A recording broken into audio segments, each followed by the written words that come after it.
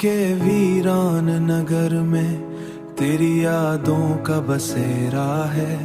हर एक सांस में छुपा एक अधूरा सा अंधेरा। रात की चादर में लिपटी हुई तन्हाई बोलती चांद किरणों में दर्द का एक गहरा डेरा।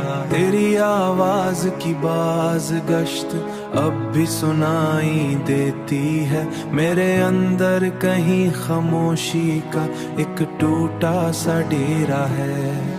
वो जो लम्हे थे कभी रोशनी से भरपूर चमकते हुए, अब उन्हीं लम्हों में बस उदासी का बसीरा है।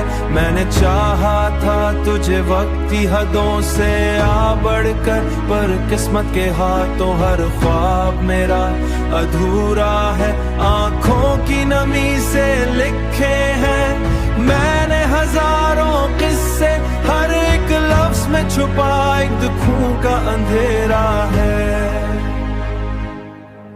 ये जो खामोशी है ये भी कोई राज सुनाती है।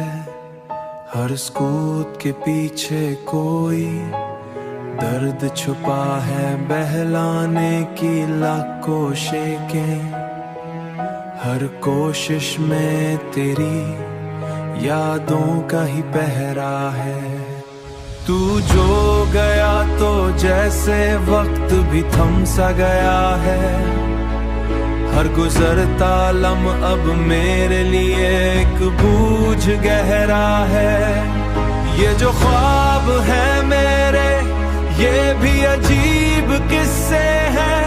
हर एक ख्वाब में तेरी सूरत तूने जो छोड़ा था वो जख्म अभी तक ताजा है।